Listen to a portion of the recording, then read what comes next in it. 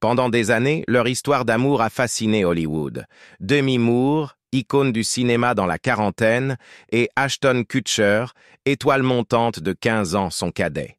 Ils étaient audacieux, glamour et follement amoureux, sans jamais s'en excuser. Mais derrière les gros titres et les sourires sur le tapis rouge se cachait une vérité bien plus complexe. Aujourd'hui, à 62 ans, Demi Moore décide enfin de raconter sa version, tout ce que les caméras n'ont jamais montré. De la fausse couche dévastatrice qui l'a anéantie, au plan A3 qu'elle a accepté pour tenter de le satisfaire, jusqu'à la trahison qui l'a laissé brisé et seul. Et Ashton, sa trajectoire après leur divorce, a soulevé encore plus de questions. C'est l'histoire qu'elle a gardée secrète pendant plus de 10 ans. Et une fois que vous l'aurez entendue, vous ne verrez plus jamais ni l'un ni l'autre de la même façon. Sa rencontre avec Ashton Kutcher et cette électricité ressentie. Au printemps 2003, Demi Moore entre dans une suite d'hôtel à New York pour un dîner informel entre amis. Elle a 40 ans, vient de divorcer et traverse une phase d'introspection. Ashton Kutcher, alors âgé de seulement 25 ans, est également présent. Jeune, charismatique et déjà célèbre grâce à That 70's Show. Ils viennent de mondes différents, de générations opposées, mais lorsque leurs regards se croisent ce soir-là, tout le reste s'efface. Comme le racontera plus tard Moore, c'était comme si plus personne d'autre n'existait. Ils passent toute la nuit à parler. Le lien est immédiat, naturel, magnétique. Il y avait une aisance entre nous, un profond sentiment de confort et beaucoup d'électricité, se souvient Demi. Ils partagent leurs histoires de vie, leurs souvenirs d'enfance, leurs espoirs et leurs blessures. Pour Moore, c'est comme une seconde jeunesse. Quand j'ai rencontré Ashton, j'ai eu l'impression de pouvoir recommencer, de revenir en arrière pour revivre ce que c'est d'être jeune, avec lui. L'écart de 15 ans entre eux, ils ne le sentent pas. Ni dans les premières semaines, ni lorsqu'on les aperçoit en double rendez-vous à Miami avec Sean P. Diddy Combs et Kim Porter. Des témoins parlent d'un baiser très romantique, échangé à la sortie du restaurant. Quelques jours plus tard, Ashton s'entend déjà à merveille avec les filles de Demi, Rumeur, Scoot et Tallulah, et rencontre même son ex-mari Bruce Willis. 2 mois plus tard, Kutcher fait sa demande dans le plus pur style hollywoodien. Un pique-nique de minuit sur une plage à Santa Barbara, des pétales de rose formant les mots « Marry me » et une bague de fiançailles de 5 carats en diamant Asher d'une valeur de 250 000 $. Ils emménagent ensemble peu après et lancent leur société de production Catalyst Film. Sur le plan personnel comme professionnel, ils deviennent un couple puissant. En 2005, il co-anime Saturday Night Live. Moore apparaît grimé en vieille dame pendant le monologue d'Ashton, se moquant de leur différence d'âge avec humour et autodérision. En septembre de cette année-là, ils se marient lors d'une cérémonie kabbalistique intime à leur domicile de Beverly Hills. À peine 100 invités sont présents, dont Bruce Willis, qui aurait versé quelques larmes.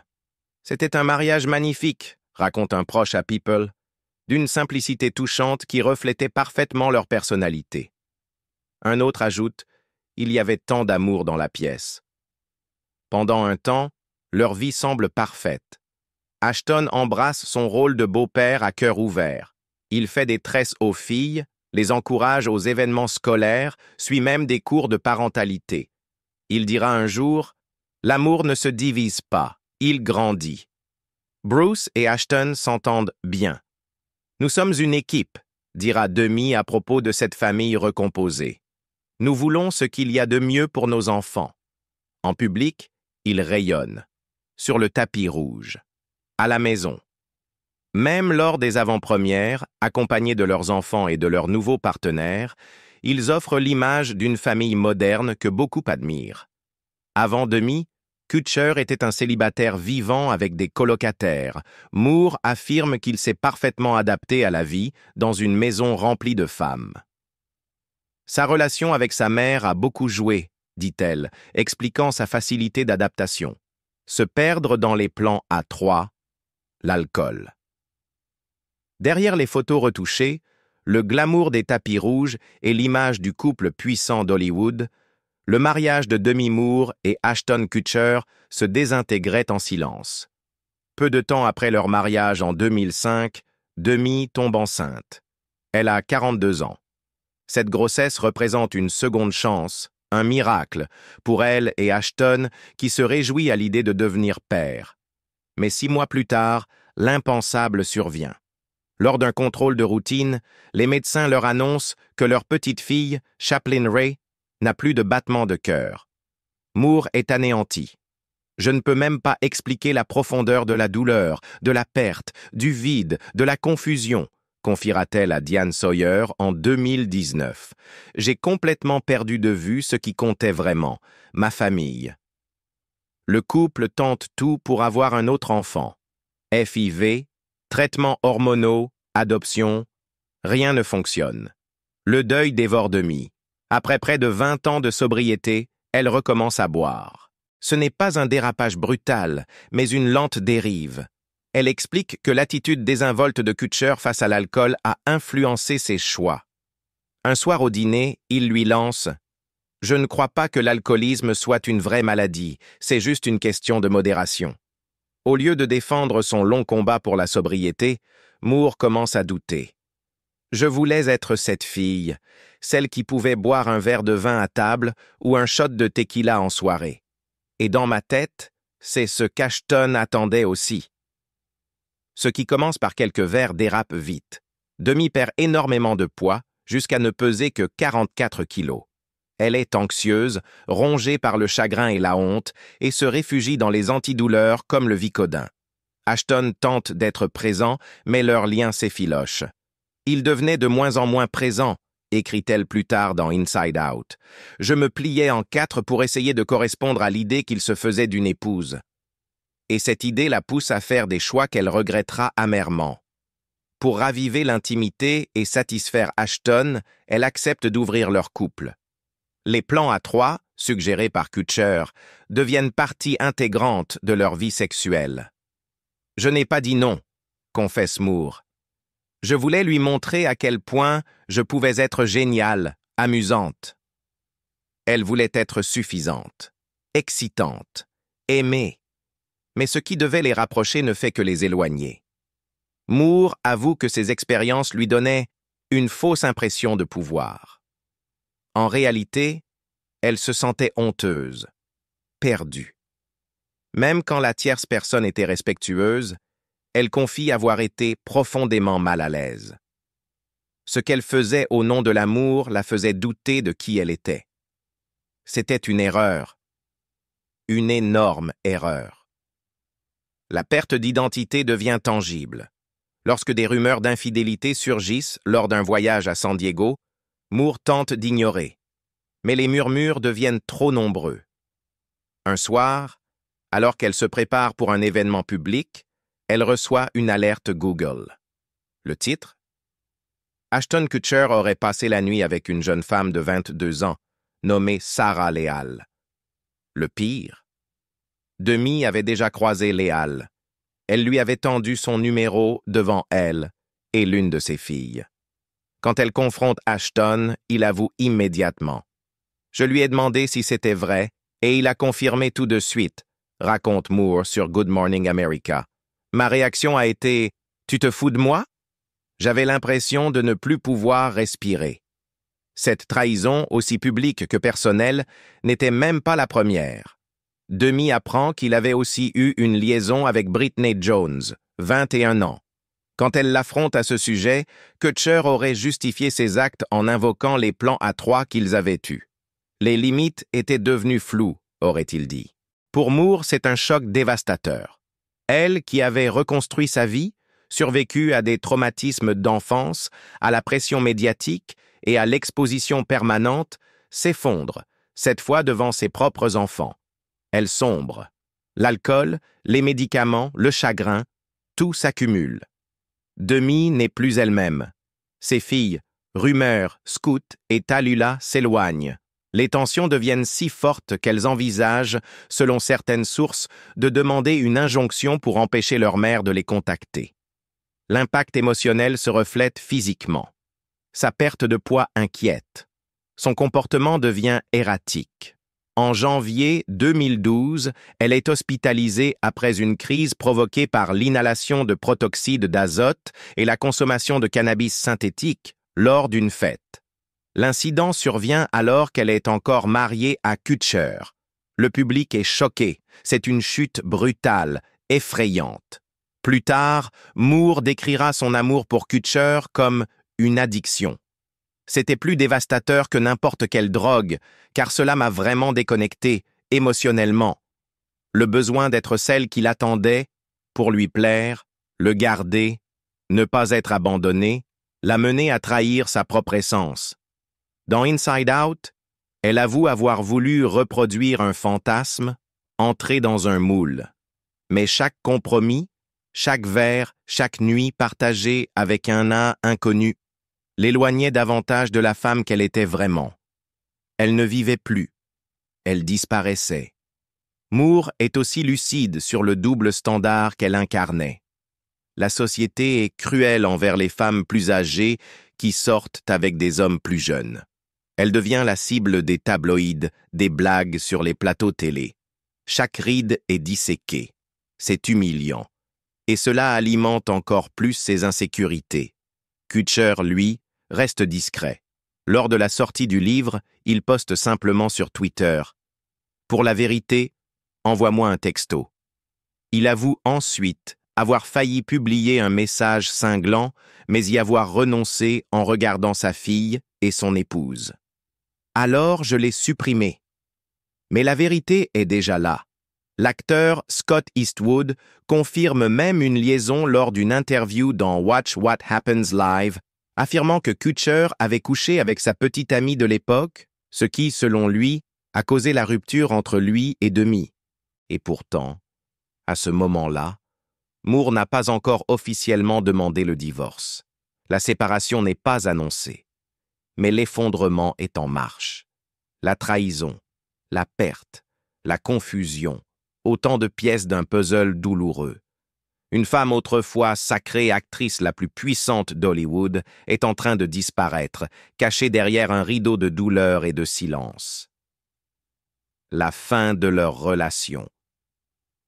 Le 17 novembre 2011, l'illusion du couple de cinéma le plus emblématique des amours décalés s'effondre officiellement.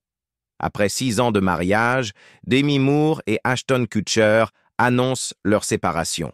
Les déclarations qu'ils publient sont empreintes de tristesse, mais aussi de finalité. Moore écrit « Je suis rempli d'une profonde tristesse et le cœur lourd. En tant que femme, mère et épouse, il y a des valeurs et des engagements que je considère comme sacrés. Et c'est dans cet esprit que j'ai choisi d'aller de l'avant avec ma vie. » Ces mots trahissent une blessure, une limite franchie au-delà du retour possible. La déclaration de Kutcher est plus courte, mais tout aussi révélatrice. Je chérirai toujours le temps passé avec Demi. Le mariage est l'une des choses les plus difficiles au monde, et malheureusement, parfois, ça échoue. Et ainsi, le chapitre autrefois illuminé par des demandes romantiques sur la plage et des baisers sur tapis rouge commence à se déliter lentement dans les méandres juridiques.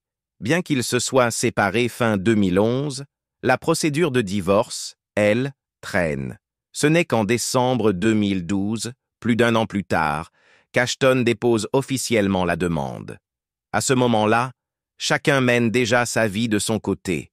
Demi entame un chemin de reconstruction et d'introspection, tandis qu'Ashton apparaît de plus en plus souvent aux côtés de son ancienne partenaire de That 70s Show, Mila Kunis. Demi ne réagit pas immédiatement au dépôt de demande. Lorsqu'elle le fait, 3 mois plus tard, il est clair que ce divorce ne sera pas une simple formalité discrète. Moore réclame une pension alimentaire et les frais d'avocat, une décision qui fait tiquer certains observateurs étant donné sa fortune personnelle, estimée à environ 150 millions de dollars. Mais elle demande aussi une reconnaissance financière des revenus qu'Ashton a générés durant leur mariage, notamment pendant les années fastes où il joue dans Two and a Half Men pour un cachet estimé à 750 000 $ par épisode. Rien qu'en 2011, Kutcher aurait gagné environ 24 millions de dollars, ce qui complique encore les choses. Le couple n'a jamais signé de contrat prénuptial. Lors de leur union en 2005, l'amour primait sur les considérations juridiques. En termes légaux, cela signifie que Moore pouvait prétendre à une partie des revenus de Kutcher acquis après leur mariage, y compris ses investissements technologiques fructueux et ses contrats publicitaires. À ce stade, Kutcher n'est plus seulement un acteur très bien payé. Il est aussi un investisseur avisé, ayant misé sur des sociétés comme Airbnb et Uber. Il vient même de signer un partenariat avec Lenovo comme ingénieur produit et ambassadeur mondial. Pendant des mois, les avocats des deux camps négocient, débattent, échangent des propositions. Le point de friction, sans surprise, l'argent. Une source proche du dossier confie au New York Post, les avocats des deux côtés se sont disputés longuement sur le règlement financier, en particulier sur les revenus qu'Ashton a perçus tant qu'ils étaient encore légalement mariés. Finalement, ils ont trouvé un accord que chacun pouvait accepter. Enfin, le 26 novembre 2013, le divorce est officiellement prononcé. Les documents sont déposés à Los Angeles, mettant fin à un mariage qui avait commencé sous les projecteurs de l'espoir et fasciné le public. Selon TMZ, Kutcher accepte finalement de verser à Moore une somme plus importante que son offre initiale, ce qui clôt les longues négociations et permet à chacun d'aller de l'avant. Le couple, qui semblait encore complice en public quelques semaines plus tôt, est désormais légalement dissous. La chute d'Ashton. Lorsqu'Ashton Kutcher finalisa son divorce avec Demi Moore, tout le monde pensa qu'il avait réussi à tourner la page. À 34 ans, il construisait déjà un nouveau chapitre avec Mila Kunis, son ancienne partenaire de That 70s Show. Fiancés, attendant leur premier enfant, il semblait incarner l'archétype de la rédemption hollywoodienne, un homme ayant quitté un mariage compliqué pour trouver la paix, l'amour et la famille. Mais sous cette image soigneusement façonnée, une série de choix, d'amitiés controversées et de maladresses publiques allait lentement éroder la réputation de Golden Boy de Kutcher. Ce qui suivit ne fut pas un crash, mais un effritement lent et inquiétant. Dans les années qui ont suivi le divorce, Ashton semblait s'épanouir. Il accueille une fille, Wyatt, en 2014, puis épouse Mila en 2015. Leur fils, Dimitri, naît en 2016. Ashton devient père, investisseur technologique et philanthrope. Il cofonde Torn, une organisation à but non lucratif luttant contre l'exploitation sexuelle des enfants, une cause qu'il défendait déjà du temps de son couple avec Moore. Professionnellement, il passe du statut de star de sitcom à celui d'entrepreneur engagé. L'histoire semblait prometteuse, mais en 2023, l'image publique qu'Ashton avait méticuleusement reconstruite commence à s'effondrer. Le premier coup dur survient avec le procès et la condamnation de Danny Masterson, ami proche de Kutcher et ex-partenaire dans That 70s Show. En septembre 2023, Masterson est condamné à 30 ans de prison pour viol sur 2 femmes. Dans une tentative désespérée pour influencer la sentence, Kutcher et Kunis rédigent des lettres de soutien au tribunal, demandant la clémence. Dans sa lettre, Ashton décrit Masterson comme une personne qui traite les gens avec décence, égalité et générosité, affirmant ne l'avoir jamais vu mentir en 25 ans d'amitié. C'est un être humain d'une honnêteté et d'une intentionnalité remarquables, écrit-il. La réaction publique est immédiate et violente.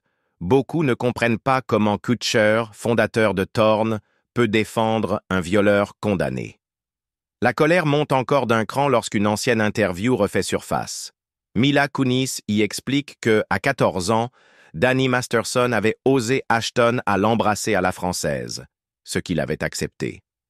Un autre extrait télévisé circule également, dans lequel Ashton évoque un pari fait avec Masterson au sujet de se baiser avec la jeune Kunis. L'image renvoyée est catastrophique. Pour tenter de calmer la tempête, Kutcher et Kunis publient une vidéo d'excuses. Mais leur ton robotique et leur langage visiblement préparé n'apaisent rien. Les critiques les accusent de chercher à sauver leur image plutôt qu'à exprimer un vrai remords. C'est un énorme électrochoc, confie une source à InTouch Weekly. Ils sont profondément bouleversés et tentent de rester discrets, espérant que cela ne nuira pas durablement à leur carrière. Mais la tempête ne fait que commencer. Un extrait de l'émission Punk D, animée par Kutcher entre 2003 et 2007, refait alors surface. On y voit Ashton, âgé de 25 ans, faire un commentaire à connotation sexuelle sur Hilary Duff, alors âgée de 15 ans. « C'est l'une de celles qu'on attend tous qu'elle ait 18 ans », dit-il nonchalamment, évoquant aussi les jumelles Olsen, alors âgées de 17 ans. La vidéo provoque un véritable choc. Ce n'est plus une simple maladresse, c'est un comportement répétitif inquiétant. Et les révélations continuent. L'amitié de longue date entre Kutcher et Sean Diddy Combs est également remise en question après que ce dernier est inculpé pour trafic sexuel, proxénétisme et racket. Tous deux avaient partagé la scène des célèbres White Parties de Diddy, et Ashton parlait encore en 2019 de leur amitié avec affection. Ils regardèrent le football ensemble. Ils faisèrent la fête. Ils étaient proches. Dans le contexte actuel, ces liens deviennent soudain très compromettants. Dans un entretien accordé à Esquire en 2023, Ashton tente de rediriger le récit. Il parle de son divorce comme d'un immense échec personnel, notamment dans son rôle de beau-père. « Rien ne vous fait autant sentir comme un raté qu'un divorce », confie-t-il. « Le divorce, c'est un échec total. Tu as échoué dans ton mariage. » Il admet que devenir le père de substitution de 3 filles dans sa vingtaine était accablant. « J'imagine que c'est ce que doivent ressentir certains parents ados. » C'était beaucoup. Ashton Kutcher, autrefois le farceur adoré d'Hollywood et le magnate tech improbable, se confronte désormais à une réalité implacable. Le monde a changé, la notion de responsabilité aussi, et les comportements autrefois tolérés sont aujourd'hui passés au crible d'un regard plus critique. À 62 ans, Demi Moore a enfin brisé le silence sur les souffrances de son mariage avec Ashton Kutcher. Fausse couche, trahison, dépendance et l'annihilation de soi pour plaire à un autre. Ce qui semblait être un conte de fées s'effondrait derrière les portes closes. Aujourd'hui, elle parle, avec honnêteté et force. Pensez-vous qu'Ashton Kutcher a vraiment payé le prix de ses actes? Partagez votre avis en commentaire. Et si cette histoire vous a touché, likez, partagez et abonnez-vous pour découvrir d'autres vérités cachées derrière les grands récits d'Hollywood.